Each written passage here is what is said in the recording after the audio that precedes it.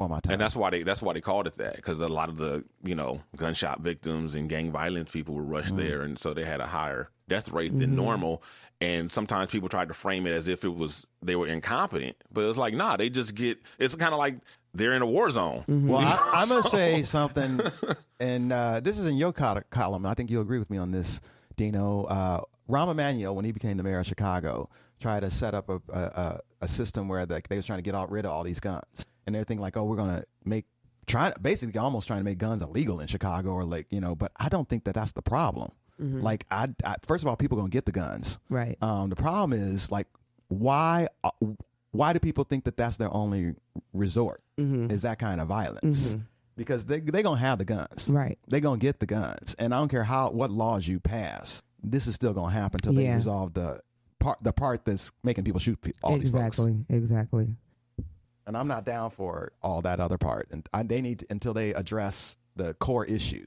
Is it the poverty? Is it the they feel lack of respect, or what? I don't know what it is. Yeah. Right. I think it's a combination, because when you are in a bad situation, when you don't have money, when you don't have food, the only thing you're going to be angry, and then anger leads to violence. I said before many times, like, the only person I'm scared of in the world is somebody who has nothing to lose. That is a scary individual. You should be afraid of those people, because I would be too. I mean, somebody who's got nothing to lose is liable to do anything. Yep. So before we move into the next, I want to say something real quick about the last segment. First of all, I did not mean to, wasn't my intention to offend anyone or or insult anyone. So if my views and opinions did that, I'm sorry that's how you felt about it. My purpose was basically, and I'm not expecting anybody to, poor Dino or anything like that, but I'm entitled to my feelings as well. And I feel like that as a man in this day and age, and some of it is well deserved. It's whatever, collateral damage or whatever. I understand all that, but still, as a man who strives very hard to be, and when I mean strives very hard, I mean I don't strive hard not to mistreat women, but I strive very hard to be a good man in all respects, and constantly to my family and just people in society in general. It's I feel like I'm beat up on constantly and told that men are evil, these evil creatures that are just here to abuse women and children, and and it wears on me. And I understand that women have been the on the way worse end of this throughout history and all that. I'm aware, but at the same time, it's still I wasn't the man that was there perpetrating those things, so it does. And you can equate it to the white man and all that all you want, and that's fine. That's a perfectly good equivalent, a perfectly good example. And I don't have a problem with that, because I understand that. And I agree. I do feel to some extent bad for white men, because a lot of them have not had anything to do with this, but they're collateral damage. So anyway, that's where I was coming from, and that was my only point, and that's that. Okay. This story is I'm puzzled by this. It's out of Houston. A school cop who received oral sex from a 14-year-old student will not have to register as a sex offender or do jail time. This happened back in 2015. This school cop, he gets busted, and his only sentence is 5 years probation.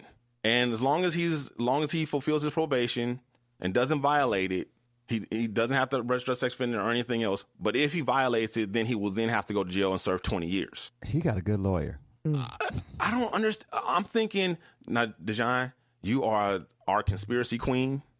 So I'm wondering, like, what do you think might be, like, does this dude have, like, something on somebody? Like, I'm wondering, like, because I feel like this is, I can't wrap my brain around how that is that. And especially in this day and age, like, okay, if this was 20 years ago, you kind of like what you were just talking about earlier, Pip. But in this day and age, like, how is this happening? Like, what? So clearly he did it because he got a sentence. Yeah. So he was found guilty. So how? I don't know. I'm flabbergasted. I don't know. I'm with you on this. Like, yeah, he must know something, or he got the best. He got know where the bodies are buried. Johnny Cochran up. and got off. This is amazing. This is amazing. I'm flabbergasted. He must have something on their family. Whose family? On the child's family. But that wouldn't affect the sentencing. No, he would have to have something on the judge or the DA or something like that. That's what I'm thinking. Right? You know, I mean, I don't know. It is law enforcement, and sometimes they do, even though he's a school cop. Yeah, and he hurt a child. Cop. He's yeah. But I was saying as far as like law enforcement, he might travel in the same circles as the DA or somebody like that in order to have something on them. But see, I would think again, even just like putting myself in the shoes of the DA, even if this was my best friend from childhood, like the stank of him is going to ruin your career. Yeah, even if he had something on you, it seems like you would have to give him a little more than that because it's too noticeable. Right. You know what I mean? Like you want to be able to get away with it. And it seemed like this would raise all kind of questions and red flags and whatever. It's like, what's going on? But I don't know. Do we know if this child was a child at his school or? Yes, it was a child at the school where the school cop worked. And oh my Lord. The reason why it got out is because the girl, kids talk, so she talked or whatever and got it. It was kind of going around, and then a teacher observed the cop blowing kisses to the girl through the window in class. And that's when she was like, or whoever the teacher was like, wait a minute. That was like that teacher's red flag. So kudos to that teacher because the red flag went off on that teacher. Like, wait, there's something wrong with this. And they looked into it, and this is what came of it. They found out that this was going on, and he apparently it happened on school property. Wow. Okay. See, none of this makes sense. Yeah. None of this makes sense. I mean, even the sexual assault of a child don't make sense. Wow. But none of this aftermath that makes sense. Yeah, it's crazy.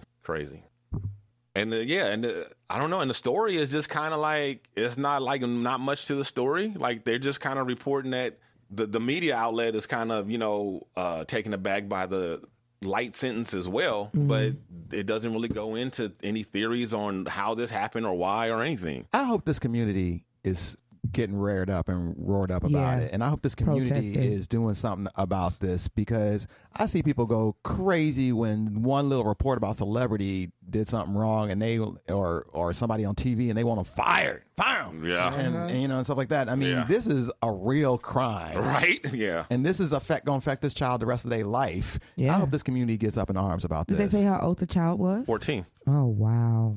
Yeah, it's a middle school. Yeah. No. So, in some happier news, Queen Latifah has been in the news a couple times this week. One time, what, Queen? What'd you say? I just said, say what, Queen? Well, in one instance, she was being interviewed and was kind of asked her opinion on the Jussie Smollett situation, and she said she wasn't going to go into it, but she kind of did a little bit. And basically, she just said that until I see some hardcore evidence, I'm still riding for Jussie. Jussie's this great person. He's a sweet person, nice person. Everything I know about him, he's this kind person.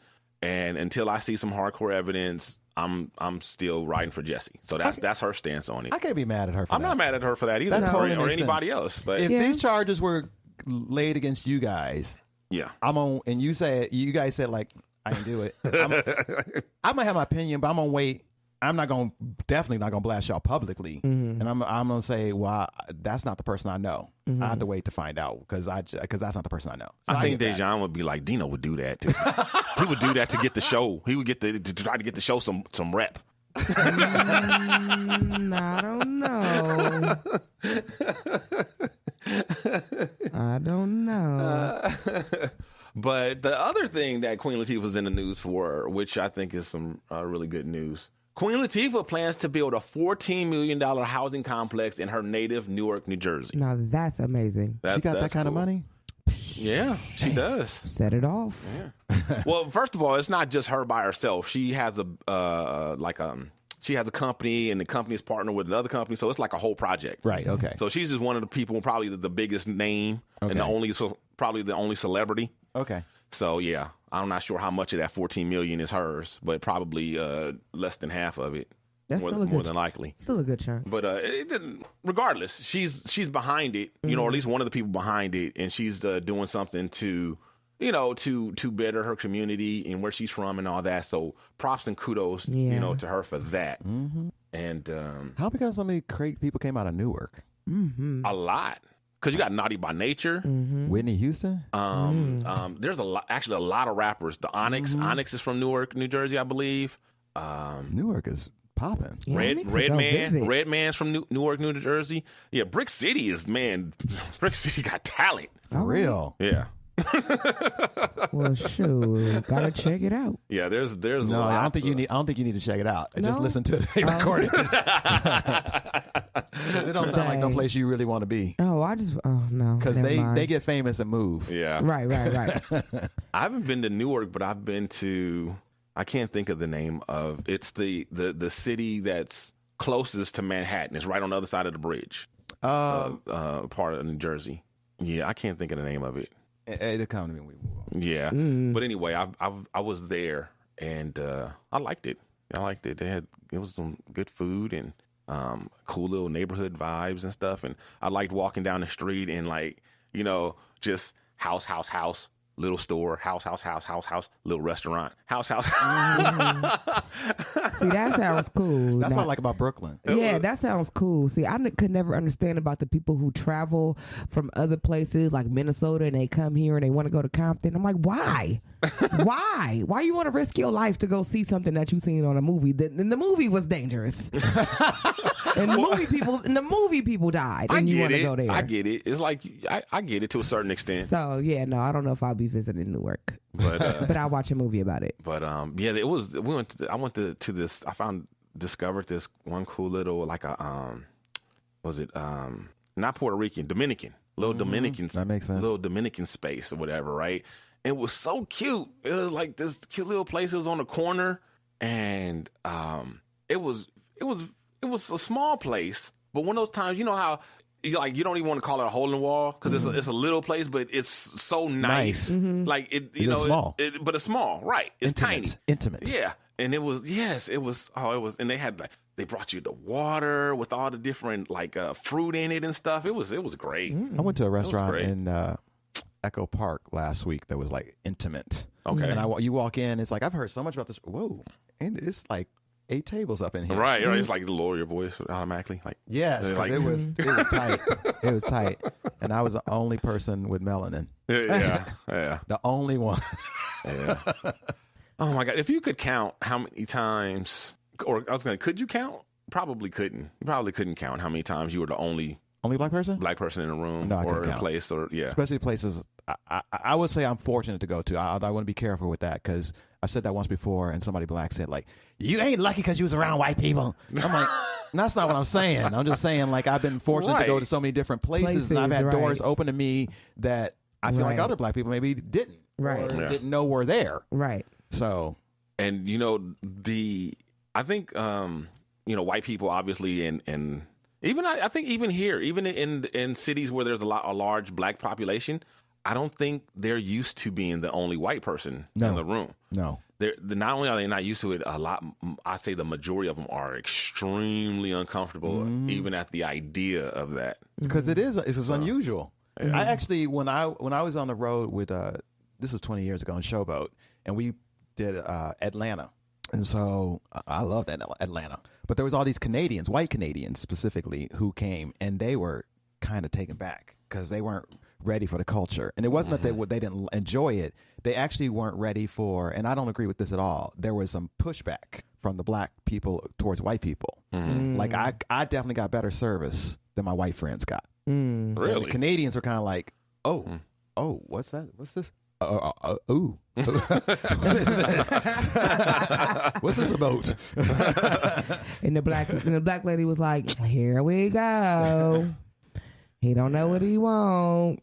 I could already imagine her disposition. Have you ever been the only black at a place that you had to attend regularly, like a job or like school? Yeah, I've had classes where I was the only black. I had a class where I was the only man and the only black. I've been that too. So. And I got all these white girlfriends. They still my friends to this day. But yep. And all the different jobs I've had, I've been the only girl. I've been the only black girl. I've been I don't know if they just saw my name and didn't know. Right.